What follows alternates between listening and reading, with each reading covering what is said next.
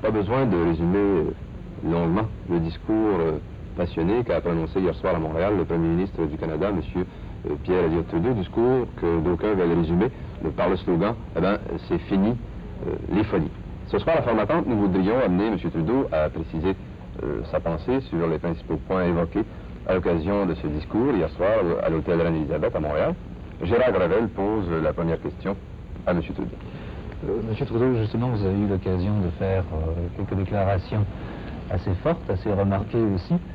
Maintenant, à tête reposée, pourriez-vous me dire si fini les folies, justement, c'est un nouveau slogan ou peut-être l'amorce d'une nouvelle politique en ce qui concerne le Québec?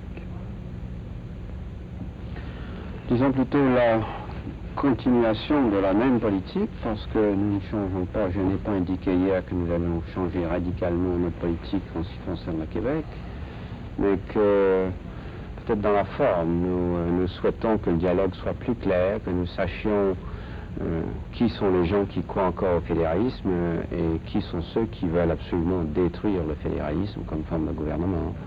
Alors peut-être c'est un appel à plus de clarté dans les idées et à plus de précision dans l'action. Mais fondamentalement, je ne pense pas que j'ai indiqué une nouvelle politique pour son contenu idéologique. Mais certains ont voulu percevoir, M. Trudeau, dans votre discours d'hier soir, une sorte d'énervement, une sorte de panique, si vous voulez. Ce cri-là, ce slogan-là, fini les folies, ben, dans leur esprit, ça pourrait s'apparenter un peu à ce que disent souvent certains tenants du law and order, par exemple, dans nos sociétés, autant au Canada qu'aux États-Unis. Oh, je n'aime pas beaucoup qu'on compare ça à des situations hypothétiques aux États-Unis. Pour ma part, je voulais y mettre aucune panique. Peut-être un certain désir d'en finir, encore une fois, avec les tergiversations, une impatience, si vous voulez.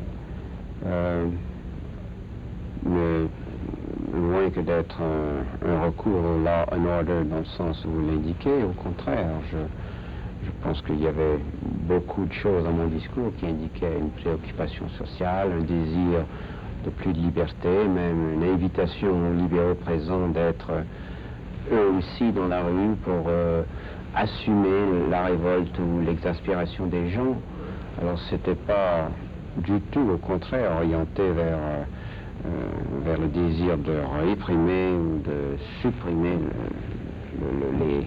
les expressions d'opinion, mais au contraire de les canaliser vers quelque chose de plus clair et plus productif. Vous vous rappelez au début, je trouvais que ce qui nous nuisait le plus, c'était une espèce de gaspillage d'énergie qui venait de ce que, ayant commencé en 60 avec une énergie nouvelle dans le Québec, on s'est aperçu que ça s'est dispersé, ça s'est éparpillé. Mais dans votre esprit, M. Trudeau, là, pour plus de précision, est-ce que la cause unique là, de tout chahut au Québec, dans votre esprit, est-ce que c'est le séparatisme ou le nationalisme? Non, sûrement pas. On voit dans tous les pays industriels, et je l'ai dit hier, un certain nombre de malaises, un certain nombre de désordres. Mais dans chaque pays, ça se cristallise autour d'un événement particulier. Dans l'Irlande du Nord, vous savez quels événements. Aux États-Unis, vous voyez que c'est le conflit noir et blanc.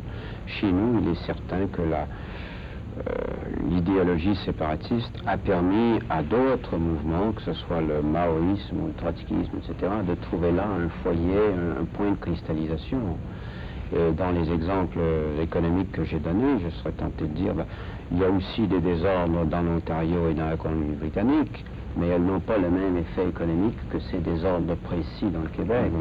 Autrement dit, le séparatisme chez nous a eu ses conséquences que le Québec s'en va vite vers un marasme économique, alors que les désordres dans les universités de l'Ontario n'ont pas eu le même résultat.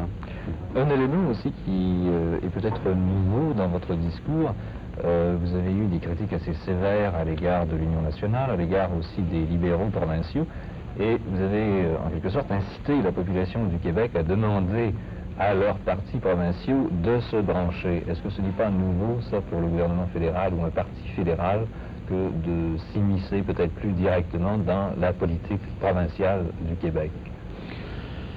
Ah, c'est une bonne question. J'essaierai de vous expliquer que, et je l'ai aussi dit, que je ne voulais pas me mêler de la direction du chef du parti provincial. Et ce journal, la presse, qui me fait dire aujourd'hui que j'ai pris parti pour ça, je trouve que c'est une sottise d'avoir tiré cette conclusion. Parce que j'ai dit très clairement hier soir au contraire que je n'optais pour aucun, je ne voulais pas me mêler de ce choix. Alors c'est une réponse à votre question. Il est inévitable que parlons à des citoyens du Québec et essayons de donner un diagnostic de ce malaise, de ce marasme. J'en tire des conséquences pour la politique provinciale, mais j'aurais voulu éviter qu'elle prisse une allure partisane. Et c'est pourquoi je me suis empressé, je pense, de dire... Enfin, en disons qu'il puisse y avoir des querelles entre les deux paliers de gouvernement sur certaines questions extrêmement précises où il y a divergence de vues. Et là, c'est que ça semble devenir une sorte de polémique un peu générale. C'est le gouvernement québécois qui est tenu, en somme, personnellement responsable du marasme du Québec. Pas tellement le gouvernement québécois, peut-être que certains ministres ou certains fonctionnaires du gouvernement québécois, parce que j'ai bien accepté, sauf erreur, le premier ministre de la province de Québec. Vous voyez, si j'ai parlé de chômage, par exemple.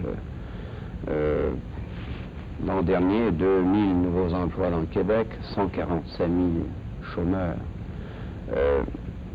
C'est un problème qui préoccupe le fédéral. Bien sûr que l'assurance chômage relève de nous, mais nous ne pouvons pas faire en sorte que les industries viennent dans le Québec. Tout le ministère de Jean Marchand qui donne des millions aux industries pour s'établir dans les régions défavorisées du pays, il ne peut pas les forcer quand même d'aller dans le Québec s'il y a ce climat social, économique et politique que je m'efforçais de décrire hier.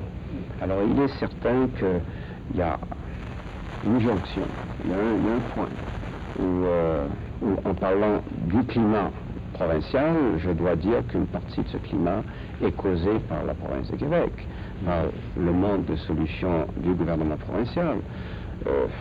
Dans le domaine de l'éducation, par exemple, on calcule que depuis le début de l'année, 1 million de journées d'école ont été perdues par les... Monsieur Trudeau, ce que je ne comprends plus, justement, à partir de commentaires comme celui que vous faites, vous avez toujours déclaré, et vous êtes revenu souvent là-dessus, que dans un fédéralisme bien compris, les gouvernants au niveau fédéral s'occupaient des choses qui étaient sous la juridiction fédérale, et au niveau provincial, on s'occupait de ce qui était sous la juridiction provinciale.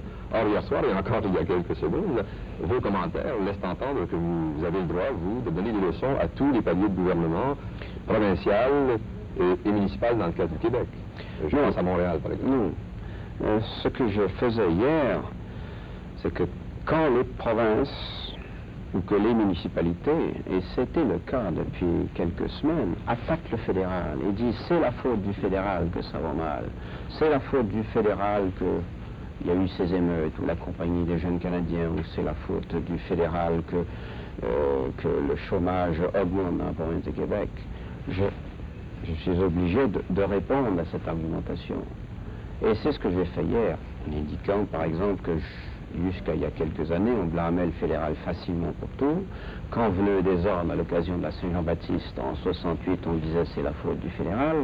Alors, ce que je disais hier, c'est que le fédéral prend ses responsabilités. Ce n'est pas le coupable de tous les maux, le responsable de tous les abus.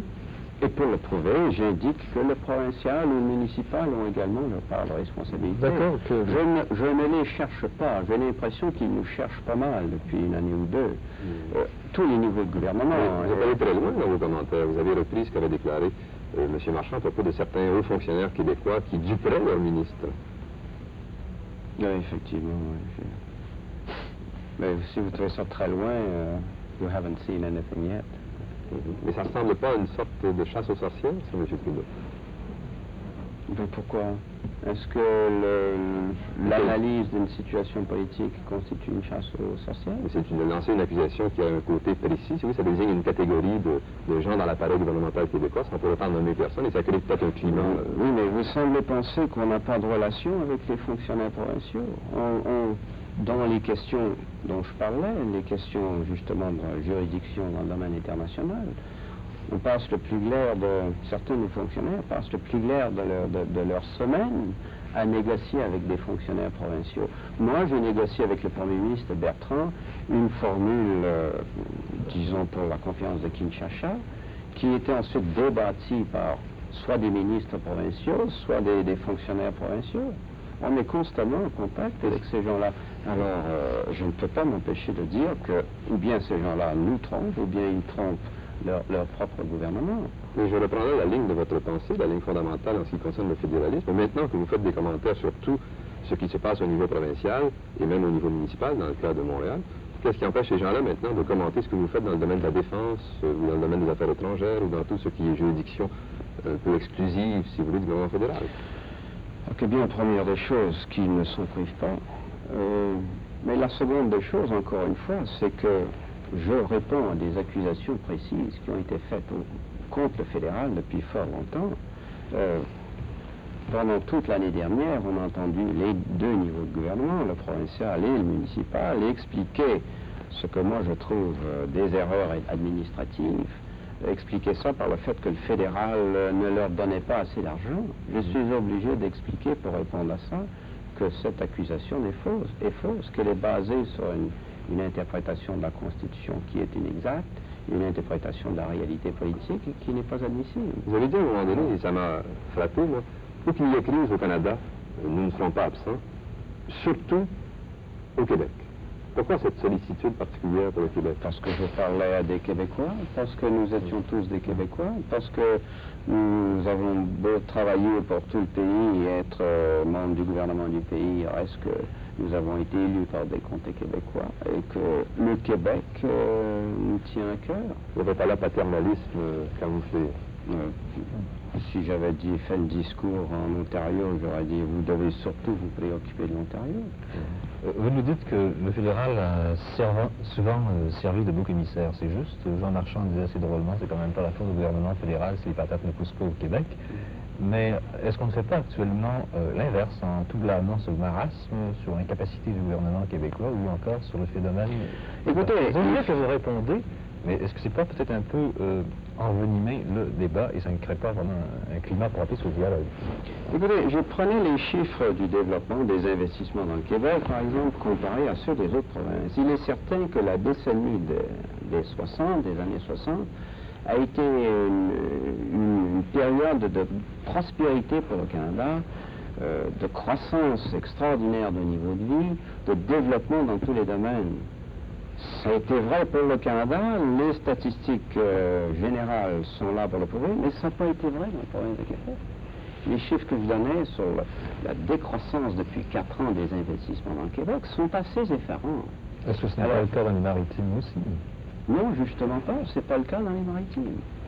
La moyenne canadienne, le Québec est loin au-dessous, ils perdent du terrain. Ils tenaient 25% je donnais les chiffres hier, des investissements de capitaux privés au pays au début des années 60. Maintenant, c'est baissé à 19%.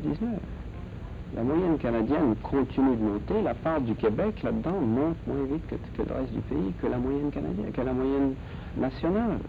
Alors, je me demandais, est-ce que c'est pas un peu envenimer les choses? Je trouve justement, peut-être parce qu'on était trop pudibond depuis quelques années, on n'a pas cru que c'était de notre devoir comme homme politique de montrer aux Québécois la conséquence justement de leur confusion et du climat de violence auquel ils subsistaient passivement. Un autre sujet, celui-là très litigieux, très brûlant. Radio-Canada, M. Trudeau. Vous décelez dans la programmation du réseau français là, une orientation séparatiste. À quoi vous décelez ça? Et mon Dieu, je serais tenté de vous dire à l'approbation presque frénétique que j'ai reçue hier quand j'ai lancé cette petite accusation assez anodine. Devant des militants libéraux. devant des militants libéraux et beaucoup d'autres. Mais pourquoi, moi, la question... Moi, j'étais le premier étonné de voir l'espèce d'indignation qui ressortait de cette foule de 3000 personnes devant la programmation de Radio-Canada, devant cette espèce de systématisation depuis quelques années d'une politique qui n'est pas, je pense, aussi ouverte sur le fédéralisme qu'elle l'est sur les problèmes du nombril du Québec. Et j'étais surpris, mais un peu épaté aussi. Mais pourquoi, M. Trudeau, des hommes politiques, des partisans libéraux, auraient-ils vis-à-vis Radio-Canada, disons, une perception plus objective que des journalistes qui regardent la réalité québécoise, eux, et qui décèlent ou qui valorisent telle ou telle chose plutôt que telle autre? Pourquoi? Ça dépend des gens de qui on parle, mais supposez qu'un journaliste est séparatiste, et il y en a beaucoup, vous le savez comme moi. Ils ont le droit? Bien sûr. Et supposez qu'un journaliste est séparatiste et que les gens de la salle des nouvelles ou des programmes de variété de Radio-Canada sont séparatistes.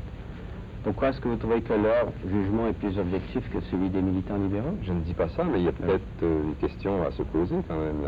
S'il y a partisans... Justement, je posais la question, j'avais beaucoup d'appui hier. Jusqu'à présent, ça allait un peu de mode de dire, bon, les gens peuvent avoir les idées politiques qu'ils veulent, pourvu qu'ils ne fassent pas du séparatisme, qu'ils ne fassent pas de propagande séparatiste à la télévision, on ne touchera pas à ça. Mais ce que vous dites est très fort. Là, tous les journalistes du service d'affaires publiques et des nouvelles seraient séparatistes, ou la majeure partie. Non, c'est pas ce que je dis. Pour les statistiques que je ne peux vraiment pas vous en donner, je vous dis que j'ai certainement eu la confirmation hier de mon impression que j'ai recueillie à gauche et à droite, savoir que les gens en ont marre d'une certaine non-objectivité de la part des séparatistes ou des journalistes de Radio-Canada qui sont peut-être pas séparatistes, mais qui ont certainement peur de paraître ne pas l'être. J'ai l'impression que devant une réunion de militants progressistes conservateurs, ils auraient peut-être l'impression qu'on favorise les libéraux. Les gens interprètent leur information en fonction de leurs convictions. C'est ça, oui. Si j'avais dit c'est dégueulasse, Radio-Canada n'en a que pour la NDP ou pour les conservateurs ou pour les créditistes, et que j'avais eu ces applaudissements, vous auriez peut-être pu avoir raison de dire voilà, c'est une réaction partisane. Mais au contraire, je parlais du fédéralisme, et je parlais de l'idéologie opposée, le séparatisme. Et c'est là-dessus que les gens ont réagi. Je n'ai pas accusé. Au contraire, je pense bien que les conservateurs doivent avoir les mêmes plaintes. Moi, j'ai entendu qu'ils n'étaient pas tellement heureux du peu de place qu'avait pris leur congrès de Niagara dans les nouvelles ou les reportages de Radio-Canada. Alors qu'il paraît que pour René Lévesque, il y en a eu beaucoup. Est-ce que les Québécois sont intéressés uniquement à ce qui se passe dans le Parti séparatiste ou même uniquement de ce qui se passe dans la contestation québécoise, pour ou contre le séparatisme, pour ou contre le provincialisme, pour ou contre un parti indépendantiste? Ou est-ce qu'il n'y a pas de la place aussi dans les nouvelles pour les autres choses? Je donnais l'exemple encore de ce... J'écoute pas très souvent, je m'en vante toujours, la télévision, mais par hasard, je l'ai entendu, ce programme où on dérangeait David Rockefeller. J'ai trouvé assez... Encore une fois, je me disais, est-ce que c'est une maladie de l'esprit qu'on a un financier de ce calibre ici? Et tout ce qu'on trouve à lui demander, c'est est-ce que vous viendriez avec vos capitaux si le capital, si le Québec était indépendant? Je trouve la question stupide, pas tellement séparatiste. Je trouve qu'il n'y a qu'un séparatiste pour la demander, ou un type qui a peur du séparatisme ou qui est hanté par ça. Mais je trouve la question stupide. Qu'est-ce que M. Rockefeller pouvait répondre? Si vous êtes indépendant, les capitaux ne viendront pas. Alors on a dit, qu'est-ce que c'est? Vous vous mêlez d'orienter l'avenir du pays, vous nous menacez, vous faites du terrorisme économique. Ou s'il avait dit, faites l'indépendance et on viendra, on aurait certainement applaudi. Mais à partir de ce que vous dites et à partir de l'accent très vigoureux que vous avez mis là-dessus hier soir, on se demande si on ne s'en va pas vers une sorte de statut de tutelle pour Radio-Canada. C'est possible, oui, tiens, justement. C'est possible. Oui. À courte échéance? Non, je n'ai pas de calendrier pour cela. Ça prendrait quelle forme, juste? Comment? Ça prendrait quelle forme, juste? Écoutez, ça prend toutes sortes de formes. On a fait une réduction des fonctionnaires, de sorte qu'il y aura 25 000 de fonctionnaires de moins l'année prochaine qu'il y en a eu d'autorisés l'an dernier. Donc, ça ne sera pas difficile de réduire les budgets de Radio-Canada. Oui, mais pour les fonctionnaires, quelques on a fait ça un centaines, peu milliers. selon l'ancienneté, selon l'efficacité, etc. Non, C'est-à-dire que là, absolument il y aurait une liste désignée des séparatistes, ils seraient les premiers qu'on mettrait à la porte. Non, je ne pense pas qu'on puisse faire ça facilement. On a au contraire coupé un certain nombre de programmes. On a coupé l'an dernier les travaux d'hiver. M. Cadieux, le ministre de la Défense, a fermé un certain nombre de bases militaires. Je ne vois pas pourquoi est-ce qu'on aurait peur tout à coup de couper les crédits de Radio-Canada pour tout le programme de variété Enfin, il y a un critère idéologique qui interviendrait là. Disons, critères politiques, la même façon qu'il y en a eu un pour la fermeture des bases militaires. C'est-à-dire qu'on peut couper les crédits, mais c'est généralement la direction de la société de décider elle-même où elle fera les coupures bien à sûr. partir d'un budget donné. Bien sûr. Je ne pense pas qu'il y aura intention du gouvernement de faire la programmation. Mais à un moment donné, si on s'aperçoit que le dollar du contribuable n'est pas bien dépensé à Radio-Canada, on n'hésitera pas à le couper, pas plus qu'on a hésité d'en couper au ministère de la Défense ou au ministère de l'Agriculture. Il s'agit pour nous de donner le meilleur produit possible aux contribuables avec l'argent de ses impôts. Et si notre jugement politique, c'est que le stuff qui sort de Radio-Canada ne vaut pas le dollar qu'on y met, eh bien, on mettra le dollar ailleurs. Même si la perception de la réalité qu'on a dans ce milieu pouvait être une perception valable. C'est la vôtre qui primera, quoi. Celle du gouvernement. Il se trouve, vous voyez, qu'on a été élus pour administrer l'argent des contribuables canadiens. Si des gens ne sont pas de notre avis, qu'il s'agisse des conservateurs ou des créditistes ou des NDP, et qui trouvent au contraire Radio-Canada va continuer à produire davantage dans les mines, qu'ils se fassent élire pour dire ça.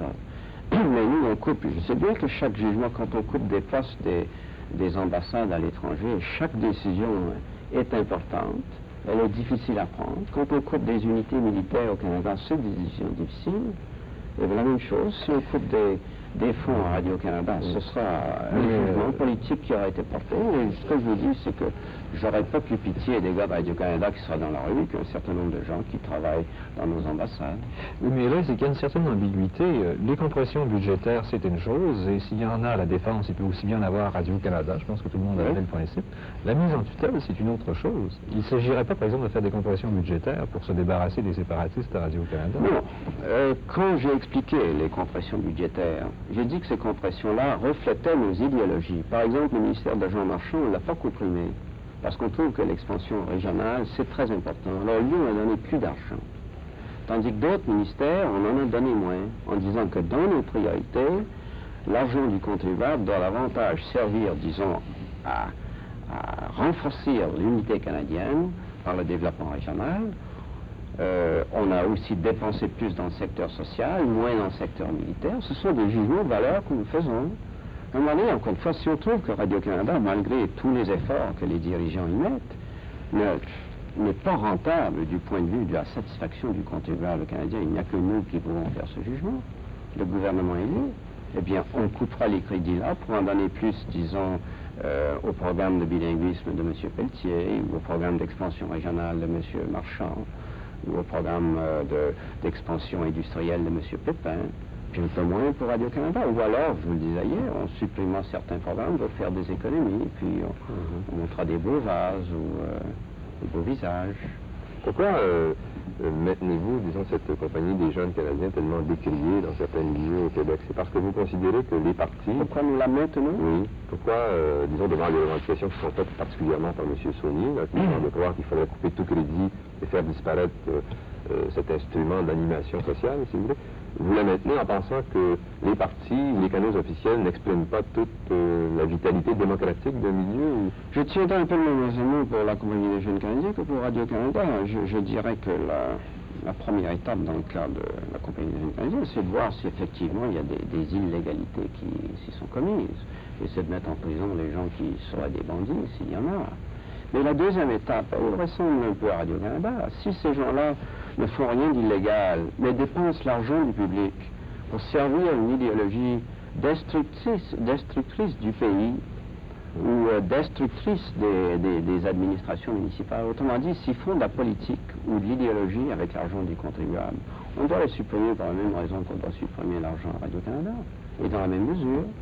Mais je pense, dans un cas comme dans l'autre, il faut faire les choses graduellement. Mais quant à l'institution elle-même, je parle de la Compagnie des jeunes Canadiens, vous y croyez comme moyen d'animation? Oui, j'y crois. J'y crois. À l'encontre de... Simplement, c'est une belle idée.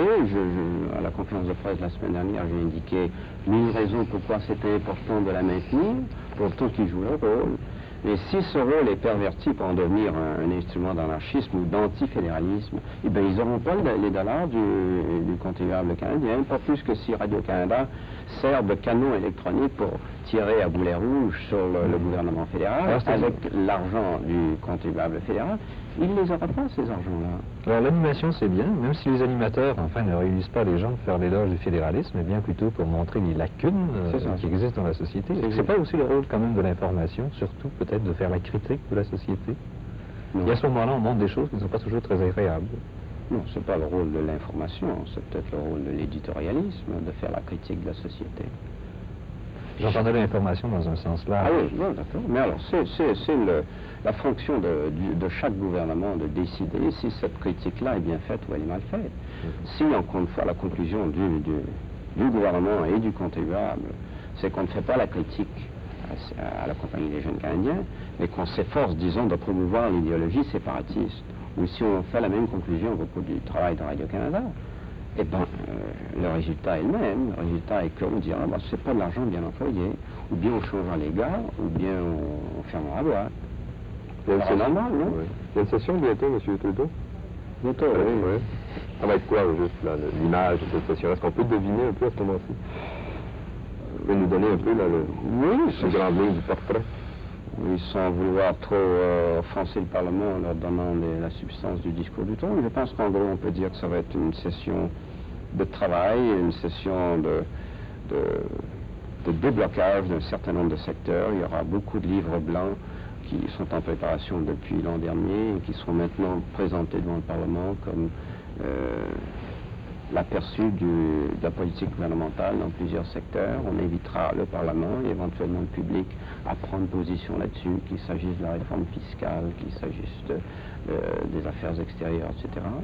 Et ce sera une session de travail nouveau et créateur, des explorations de secteurs nouveaux. Alors que l'an dernier, on a pris beaucoup de temps à mettre les choses en place. Mettre la machine en place. Cette année, la machine commencera à tourner.